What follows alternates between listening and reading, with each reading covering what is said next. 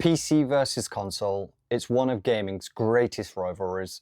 But today, it's not just about bragging rights anymore. It's about revenue, influence, and the future of gaming itself. In this video, we're deep diving into why PC gaming is rising faster than ever, the challenges it faces, and why it might just be the key to the future of PC as a platform.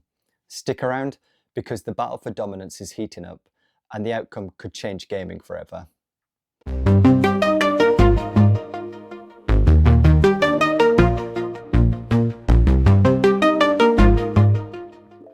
Let's start with the facts. In 2024, the combined PC and console gaming market generated around $80.2 billion. That's massive, but it was also a slight decline, down from 2.1% on the previous year. Today, console leads in revenue, $42.8 billion compared to PC's $37.3 billion. But don't let those numbers fool you. The real story is how much the gap has narrowed over the past decade. PC gaming has been growing faster year on year, fueled by digital distribution, esports, and now the explosion of free-to-play models. Until now, that is. Recent projections suggest a possible console comeback, thanks to some huge releases we're going to talk about later in the video. PC gaming didn't just stumble into this position. Since around 2013, it's been on a rocket ship. Steam, Epic Games Store, free-to-play hits like League of Legends and Valorant, all these factors supercharged PC growth. Even as recently as 2023, PC gaming was outpacing console growth at 3.9% versus 1.7%. Not huge numbers, but in a mature industry, it's a big deal. One big reason for PC's momentum? Different business models. Console gaming still leans heavily on traditional premium titles, games you pay upfront for. Think exclusives. In 2024, premium titles made up 46% of console revenue, but on PC, free-to-play dominated at 58% of PC revenue. It came from games like Fortnite, Genshin Impact, and Valorant. Microtransactions really are king on PC. And while subscription services are growing on consoles, PC gaming's low barrier to entry through free games keeps pulling in new players. Now, here's where it gets interesting. Between now and 2027, the combined market is projected to grow to $92.7 billion. But console software is expected to grow faster, 7% versus PC's 2.6%. Why? Well, GTA 6 and Nintendo Switch 2. GTA 6 could be one of the biggest game launches ever, and a new Switch means millions of new console sales. In short, consoles have big weapons lined up for the next few years. Meanwhile, PC gaming keeps chugging steadily, projected to reach $44.5 billion by the end of 2025 and $55.8 billion by 2031. One thing we can't ignore is mobile gaming.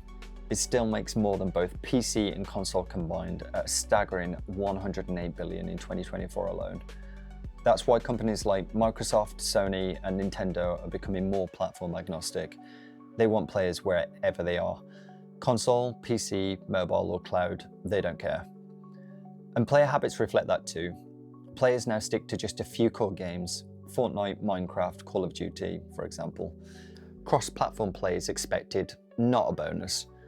Games like Baldur's Gate 3, Helldivers 2, and Marvel Rivals are thriving on both PC and console, proving that platform is starting to matter less than access. So why is the rise of PC gaming important? Well, because PCs aren't just for gaming. They're the ultimate Swiss Army knife of devices. PCs give players flexibility, modding freedom, and esports dominance, and access to gaming and creation tools in one package. Whether it's modding Arma 2 into DayZ or modding Skyrim into Thomas the Tank Engine Simulator. What in oblivion is that? Sentries, what do you see? It's in the clouds! Demand and ergo the market for mods has grown to a whopping $500 million sub-economy. The more accessible PC gaming becomes through cheaper hardware, streaming services, and portables like Steam Deck, the more it strengthens the PC ecosystem. In the long run, a strong PC gaming scene means innovation for gaming, yes, but also for technology, for accessibility, and for global connectivity. But what about barriers to entry? PC gaming faces some real challenges too.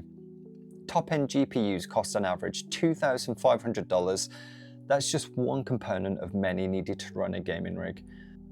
Driver issues, incompatibility in settings act as a barrier for 40% of new PC gamers.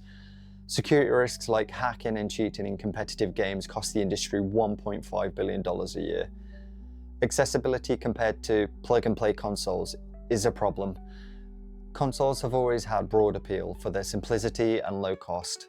Exclusives continue to encourage gamers to purchase consoles, in some cases just for a single IP. The Nintendo Switch 2 is coming. As of now, Nintendo's not disclosed the exact number of Switch 2 pre-orders. However, the overwhelming demand provides some insight into its popularity. In Japan alone, over 2.2 million people applied for the Switch 2's pre-order lottery through the My Nintendo store, significantly exceeding Nintendo's expectations and available supply. In the United States, pre-orders opened on April the 24th and quickly sold out across major retailers such as GameStop, Walmart, Best Buy and Target. The high demand led to website crashes and technical issues, leaving many customers unable to complete their purchases.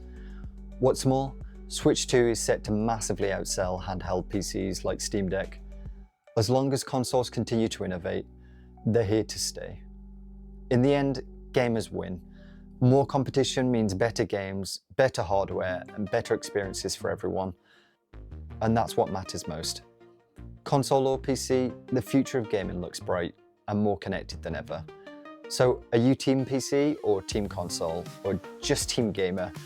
Let's hear it in the comments. Don't forget to like and subscribe and hit that notification bell so you don't miss another deep dive into gaming.